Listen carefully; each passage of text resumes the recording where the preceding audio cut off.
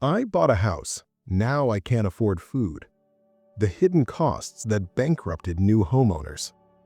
Imagine this. You worked your entire life for this moment. You saved every penny. You sacrificed vacations. You skipped dinners out. And finally, you hold the keys to your very first home. This is it, the dream. But here's what nobody told you. Within 3 months, you might be eating instant noodles.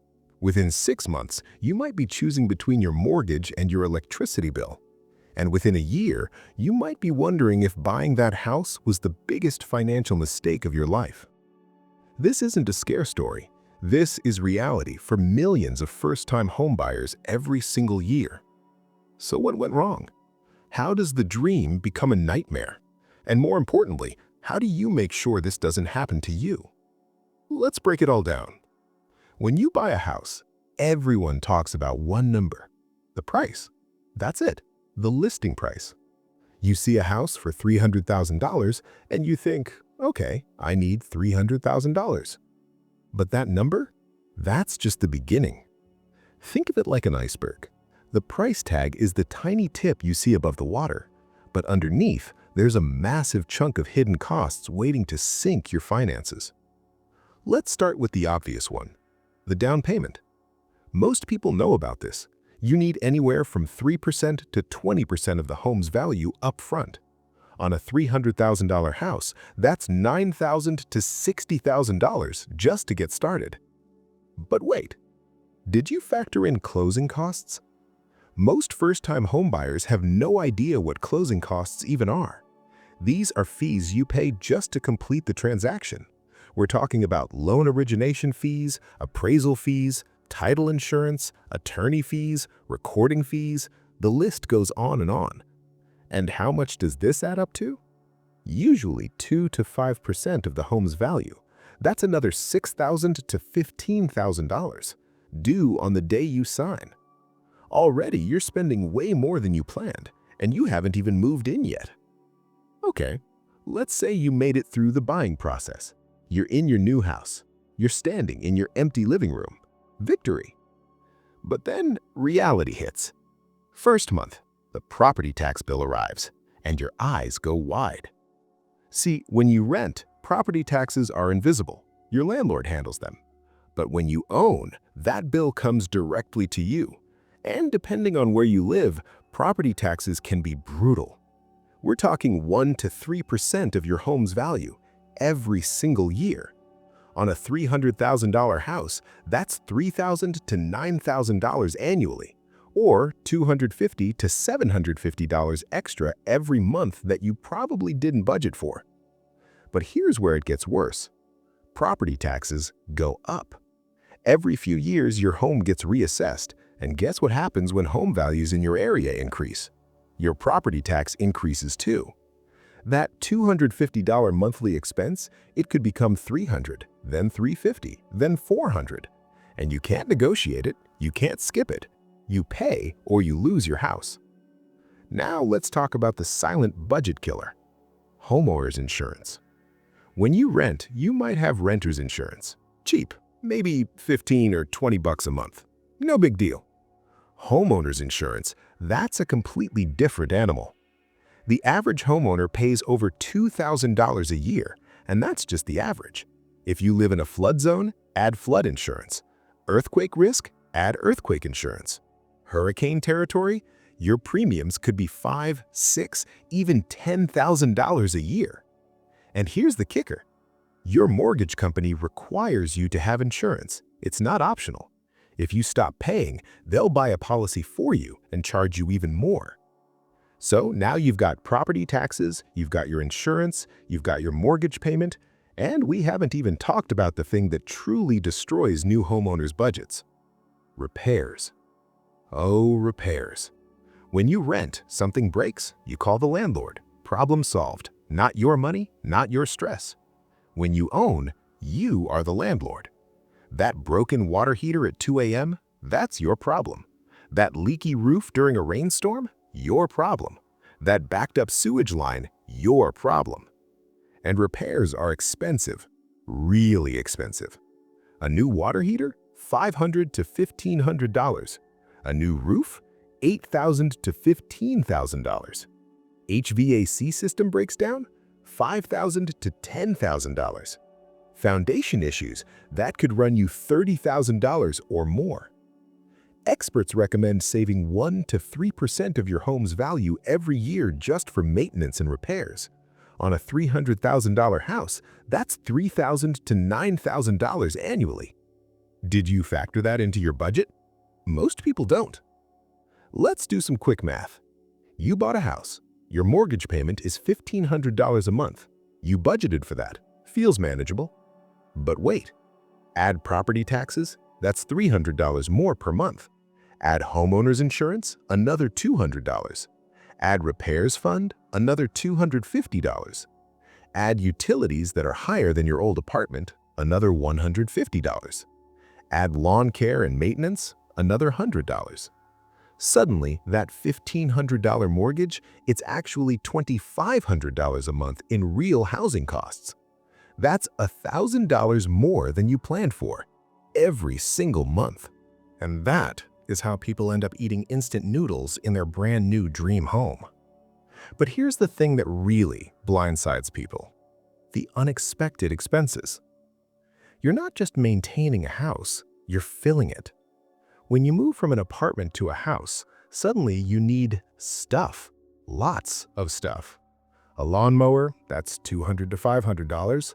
Garden hose and sprinklers, another $50. Snow shovel or snowblower if you're up north. Curtains for all those windows. Every apartment you rented came with blinds. Your new house? Empty windows. That's hundreds of dollars right there. And furniture. Your apartment furniture? It looks tiny in your new space. That small couch that worked in your rental? It looks ridiculous in your new living room. So now you're buying new furniture. A dining table because you finally have a dining room.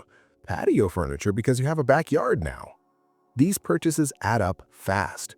First-time homeowners routinely spend $5,000 to $10,000 in the first year just on stuff they never needed before. Now, let's talk about something really important: the lifestyle trap. When you buy a house, something psychological happens. You feel like you've made it. You finally own property. You're an adult now, a real grown-up with a house. And that feeling? It makes you spend more.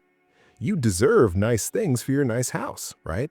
So you upgrade your furniture. You renovate that bathroom that felt dated. You tear out the old carpet and put in hardwood floors. You build that deck you always wanted. Before you know it, you're financing improvements, taking out home equity loans, racking up credit card debt, all because you felt like homeownership gave you permission to spend. This is lifestyle creep on steroids, and it has destroyed more financial futures than any single purchase ever could. So, what's the solution? How do you avoid becoming another homeowner horror story? First, know your true cost of ownership. Don't just look at the mortgage payment. Calculate everything: property taxes, insurance, repairs, maintenance, utilities, HOA fees if applicable. Add it all up. That's your real monthly housing cost. Financial experts recommend your total housing costs stay below 28% of your gross monthly income. Not just your mortgage, total housing costs. If you earn $6,000 a month before taxes, your total housing budget should be around $1,680, everything included. Most people blow past this number without even realizing it.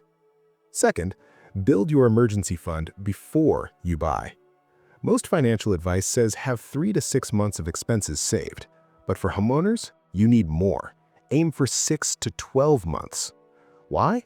Because stuff will break, and when it does, you need cash on hand, not credit cards, not panic, cash. If you stretch yourself thin just to make the down payment, you're setting yourself up for disaster. Third, buy less house than you can afford. This might be the most counterintuitive advice.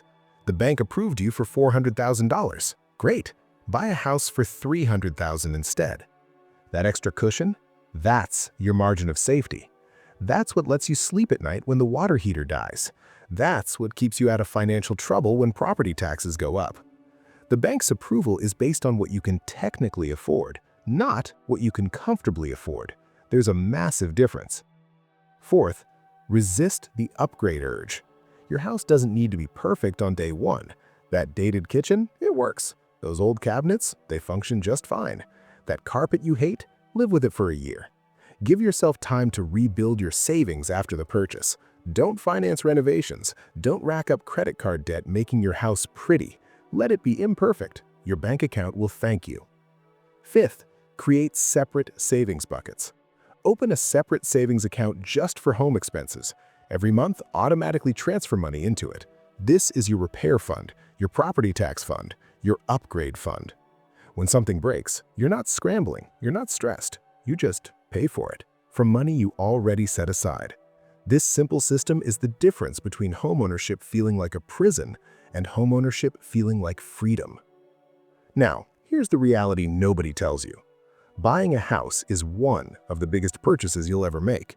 But it's not the only cost of homeownership, not even close. The mortgage is just the entry ticket. Once you're inside, the real expenses begin. Property taxes, insurance, repairs, maintenance, utilities, upgrades, furniture, tools, landscaping, the list never ends. And if you're not prepared, if you stretched yourself thin just to get those keys, then you'll find yourself exactly where millions of homeowners end up. House rich, cash poor, choosing between your mortgage and your grocery bill. But here's the good news. Now you know. Now you can prepare.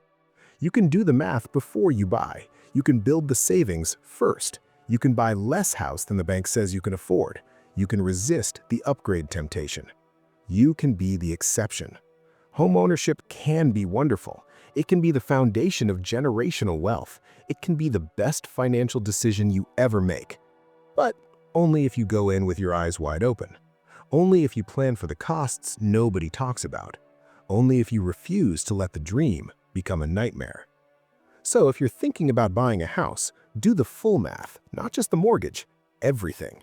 And if you're already bought and you're struggling, there's no shame in that. You didn't know. Nobody told you.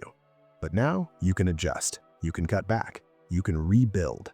The house doesn't have to own you. You can own the house. That's the difference between financial freedom and financial prison. Now you know the truth. What you do with it is up to you.